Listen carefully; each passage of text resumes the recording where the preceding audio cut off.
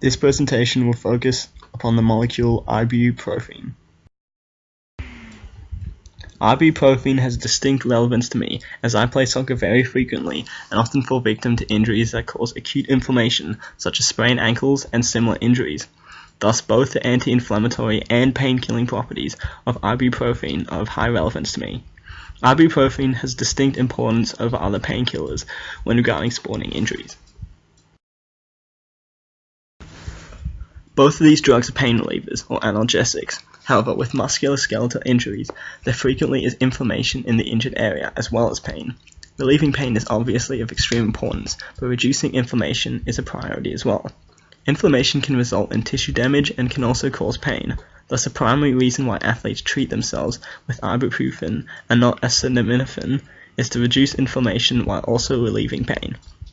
Therefore, the molecule ibuprofen is of high relevance to me as it is the dominant method to treating injuries I obtained through playing my favorite sport. Ibuprofen is a very good anti-inflammatory drug because it contains a cyclooxygenase inhibitor on the inflammatory response and inhibits prostaglandin synthesis. Putting this in simple terms, ibuprofen creates certain hormones known as prostaglandin that inhibits the process of inflammation. When a part of the body is injured, protective mechanisms go into action. White blood cells accumulate at the site of the injury, and this causes swelling, heat, redness, loss of function, fever, and pain, together called inflammation. Despite being a mechanism of the body to combat injury, often the inflammatory response is too powerful and can do more harm than good. Prostaglandins are hormones involved in bringing about this inflammatory response. Hence, ibuprofen acts as an anti-inflammatory by simply inhibiting or restraining the production of prostaglandins. Ibuprofen works by inhibiting the activity of a class of enzymes called cyclooxygenases, or COX for short.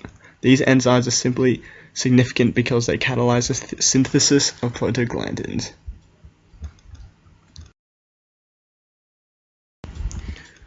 The structure of a COX enzyme involves two separate sites for prostaglandin synthase. One side contains a cyclooxygenase active site, and the opposite side contains a peroxidase active site, which is involved in activating the heme group necessary for cyclooxygenase reaction. Both these factors are highly important when considering the reaction of ibuprofen. This figure represents the skeletal formula of ibuprofen. As is evident from the diagram, this molecule has two function groups, a carbolic acid and an aromatic ring. The aromatic ring is very stable and hence is quite unlikely to bond to other molecules, whereas the carbolic acid, as it is made up of a hydroxyl group, is more prone to bond with presented hydrogen atoms. This relates directly to the reaction between ibuprofen and COX, as will be later discussed within this presentation. Oh hey! To better understand the structure of ibuprofen, I've created a 3D model outlining the 3D structure of ibuprofen. Bear in mind that the black toothpicks are simply there to lift up the lifted surfaces. As you can see here, there are 13 carbon atoms represented by the black dots. There are 18 hydrogen atoms represented by the yellow atoms, and there are 2 oxygen atoms, wielding the formula C13H18O2. This middle section here, with the carbons joined by double bonds, is a phenyl ring. This section here is a carbolic acid, which is a mixture of one oxygen and a hydroxyl group, which is oxygen and hydrogen. And this last section here is an isobutyl group. To understand how the molecular structure provides the function that it has, the function of COX enzymes must first be analyzed. Let's consider this COX active site.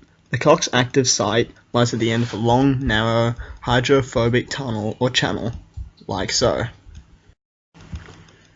3 alpha helixes of the membrane, represented by the black dots, are located at the entrance of the tunnel. The presence of these helixes mean that external substances can bond to them. The walls of the tunnel are defined by 4 alpha helixes. Deep in the tunnel at the far end lies TYR385, a defining substance. This substance has a direct influence in the production of prostaglandin as it is required for COX activity. The carbolic acid component of ibuprofen bonds with these helixes, and essentially the ibuprofen fills up this passageway and stops the release of prostaglandin. Thus it can be said that the carbolic acid end of an ibuprofen structure is responsible for the anti-inflammatory properties of the molecule. This section is therefore extremely vital in the function of this medicinal compound. As with all phenyl groups, they tend to resist oxidation and reduction, so they are highly stable substituents. This results in this factor having little influence to ibuprofen properties, as they do not bond with anything. As for the other groups, these two have had little influence. Thank you for listening to my presentation.